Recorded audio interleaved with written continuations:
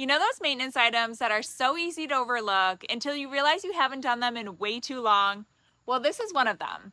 We just replaced the cabin air filter in my husband's 2018 Hyundai Elantra, and I want to tell you about the one that we chose.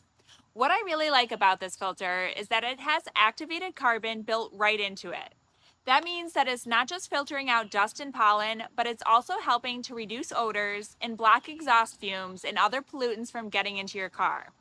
That's a step up from a basic cabin filter and honestly such a simple upgrade for the air quality inside your vehicle. And when you look at the construction, you can really see the quality.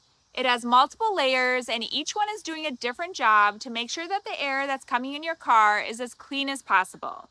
Whether it's allergens, dust, or exhaust particles, this filter is designed to catch it all before it ever reaches you or your passengers. If anyone in your family has allergies or sensitivities, this kind of upgrade really does make a difference in how the air inside your car feels. It fits several Hyundai and Kia models, so make sure to check the compatibility list to confirm if it's the right fit for your specific vehicle.